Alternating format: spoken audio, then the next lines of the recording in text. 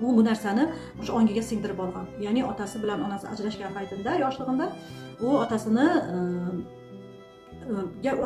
yanına görməkə boradi va görməkə borgan vaqtida otasi unga e'tibor bermaganning, ya'ni u bola ongida bu narsani tutib qolgan bo'ladi. Ya'ni masalan otasi hech bir ota farzandini yomon ko'rmaydi yoki hech bir ona farzandini yomon ko'rmaydi, lekin u bola ongida mana shu narsani singdirib olgan. Otam menga qaramadi. Otam boshqa bir qizni, ya'ni boshqa bir masalan uylangandan keyin boshqa ayolning qizini quchoqlaganini yoki unga mehribonchilik qilayotganini ko'rganman, ko'rib qolgan va bu o'zini endi men kerakmayman otama. Endi men otam meni yaxshi ko'rmaydi, uni yaxshi ko'radigan boshqa bir qizi bor. Endi u boshqani yaxshi ko'radi degan ustanovkani o'zi bola ongida u o'zini singdirib olgan. Shu vaqtda hissiyot bilan, og'riq bilan bu narsa ichida qolib ketgan. Ya'ni men kerak emasman endi. Meni sevmaydilar endi degan narsa qolib ketgan.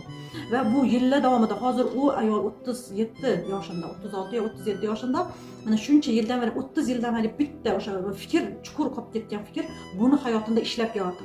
Buni hayotini boshqarib kelyapti. Ya'ni u boshqacha endi hozir u masalan u bola ongida shu narsani fikrlab qoldi, lekin u hozir o'zi ona. Lekin shu fikr orqali hali ham shu narsani ushlab olgan, hali ham shu narsani tutib olgan. Otam meni yaxshi ko'rmaydi. Ya'ni hozir otam demaydi, endi bu narsani eri ko'rsatib berdi, turmush o'rtog'i ko'rsatib berdi. Ya'ni sen kerak emassan, seni sevmayman, ya'ni hayotini boshqa ayollar olib kelib turibdi. Uni asosiy sabab demak eridami? Yo'q, unga shuningdek turmush o'rtog'i uchragan. Ya'ni u shu narsani ko'rsatib beradigan turmush o'rtoq hayotini tortib oladi. Chunki u birinchi xafagarchilik mana ayol kishi uchun, qiz bola uchun hayotidagi birinchi erkak bu uni otasi.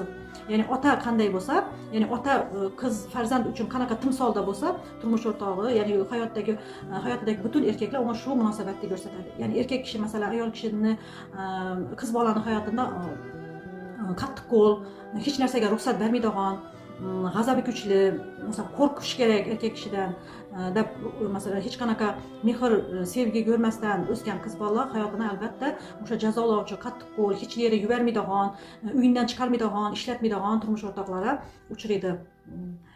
Va bunda ham ustanovka ichkaridagi o'sha ongida qolib ketgan mana shu fikr butun hayotimda mana shuni azoblab kelyapti.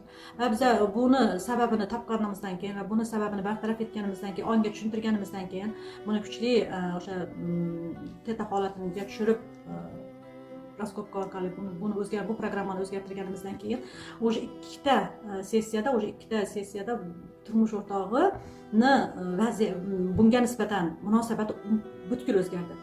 Ya'ni u o'zi hayron qolibdi. Ikki sessiyada o'zi hayron.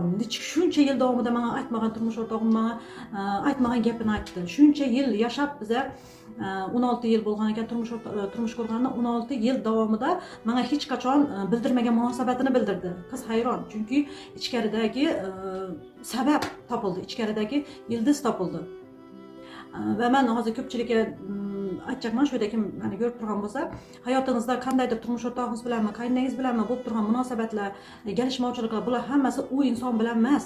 Aslida u undan ham oldin qayerdadir siz o'sha fikrni tutib olgansiz. Masalan, qaynona qiynovchi degan, masalan, kimlardir qaynonasi qiynaydigan bo'lsa, biling sizda shu programma bor.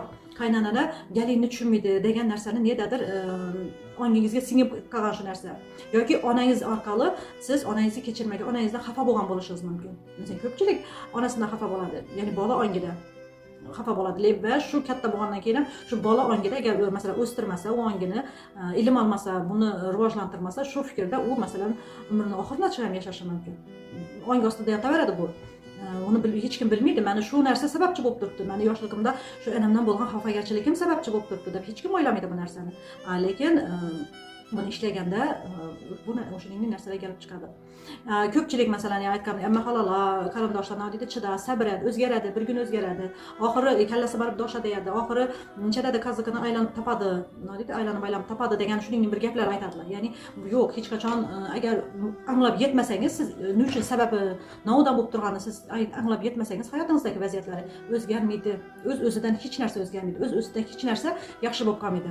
Sabr qilgan bilan, chidagan bilan hech narsa yaxshi bo'lib qolmaydi, o'zgarib qolmaydi. Nodir qilinmasa, masalan aytishingiz mumkin, masalan boshqalardan ota-onalarimizda uning narsalar bo'lmagan-ku, o'zgargan-ku, ular qaror qabul qilish bilan o'zgartirgan bo'lishi mumkin. Ya'ni siz ongsiz ravishda masalan sababini bilmasangiz, o'zingiz yangi qaror chiqarishingiz mumkin. hayotingiz boshqacha bo'lishi haqida va ya'ni siz bunda o'zgaradi, lekin uzoqroq, ko'proq vaqt ketadi. Masalan, siz mana bu qizimiz bu narsani 15 kunda tushunib yetgan bo'lsa, ikkita sessiyani haftada bir marta qildik, 15 kunda tushunib yetib o'zgartirgan bo'lsa, odam o'zini masalan anglab yetib bu narsani o'zi o'zgartirish uchun yillab ketishi mumkin.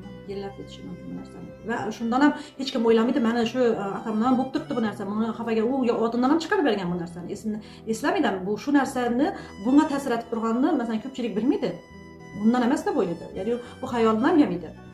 Yoki masalan qaynonasi bilan bo'lib turgan mojaro, onasini qachondir qaynonasi bilan bo'lgan vaziyatini hal etmeyin, onasi, masalan qizning onasi o'zini qaynonasi bilan kelishmeyin, o'zini qaynonasidan xafa bo'lib, masalan qaynonasi olamdan o'tib ketgan bo'lsa, masalan buvisi kelini bilan kelishmeyin.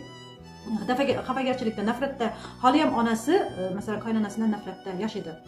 Lekin qizi katta bo'ldi, turmushi uzatdi. Bu qiz ham qaynonasi bilan til topishib bilmaydi. Chunki unda irsiyat genida, DNKsida, ichki programmasida qaynona yomon degan ustanovkasi bor. Qaynona bilan kelishib bo'lmaydi, qaynona bilan yashab bo'lmaydi degan ustanovka yotgan bo'ladi. Va buni o'zgartirmaguncha, bu narsani olib tashlamaguncha, u qaynonasi bilan agar kim kelib qo'shsa ham, kim kelib yarashtirib ketsa ham, baribir munosabatlar yaxshilanmaydi. Bu qiz qancha ovqat pishirsin, chiroylatib, qancha pishiriqlar pishirib tashlasin, uyini chiroylatib, masalan galinlik qo'lidan keladigan na xizmati bo'lsa aytsin, xullas ittin ishlasin, gap qisqasi foydasi yo'q. Görünmeydi, onun etilingan işi göze görülmeydi. Gelinin her işi umuman göze görülmeydi. Çünkü içkeride başka narsa yatkan bo'ladi. Xuddi turmush o'rtoqlar ham shuningdek. Agar siz uni masalan turmush o'rtoq tarafdan ham olib qarasak, endi men erkaklar tarafidan kamroq gapiraman, lekin ularning ham o'zine yarasha vaziyatlari bor. Masalan, ayolini ko'p uradigan turmush o'rtoqlar, ularning ham erkakligi tan olinmagan yoshligida ota-onasi tarafidan ko'p tanqid etilgan, ko'p qo'llab-quvvatlanmagan, ya'ni ayolga nisbatan og'riq qolib ketgan va u erkakligini isbotlash uchun va uni qachondir u ham men erkakman degan narsasini degan ko'rinishi ko'rsatishi kerak-ku. Nishatib ko'rsatadi. Uni hayotini shuningdek qiz yo'liqadiki, jabrlanuvchi erkaklardan nafratlanadigan. Bu bunga shu narsani ko'rsatib beradi. Bu buni shu kaltaklab, buni bosib beradi.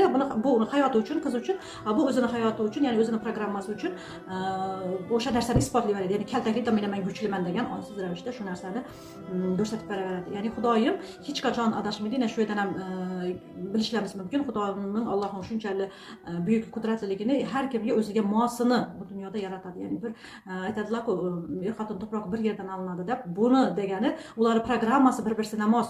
Bunga kerak narsani turmush o'rtoq beradi, turmush o'rtog'iga kerak narsani bu masalan ayoli berib turgan bo'ladi. Ular bir-birisiga kerak bo'ladi shu munosabat, bir-birisiga kerak bo'ladi shu yashash. Lekin buni o'zgartirishlari mumkin. Ongli ravishda yashasalar, albatta bu vaziyatlarni o'zgartirsalar bo'ladi. Demak, bugungi mavzum qisqacha shu haqida. Agar shu mavzuga doir savollaringiz bo'lsa, bemalol yozib qoldirishlaringiz mumkin. Men javob beraman hammasidan. Agar sizda hozir bu videoni eshitib, qandaydir o'zingizni hayotingizda nimanidir anglab qolgan bo'lsangiz, tushunib qolgan bo'lsangiz, ha, bu narsa buni uchun ekandan, endi buni uchun shunday bo'ldi ekandan degan bir lampochka yonadigan bo'lsa, biling, bu 50% уже siz muammongizni hal qildingiz degani. Sog' bo'ling.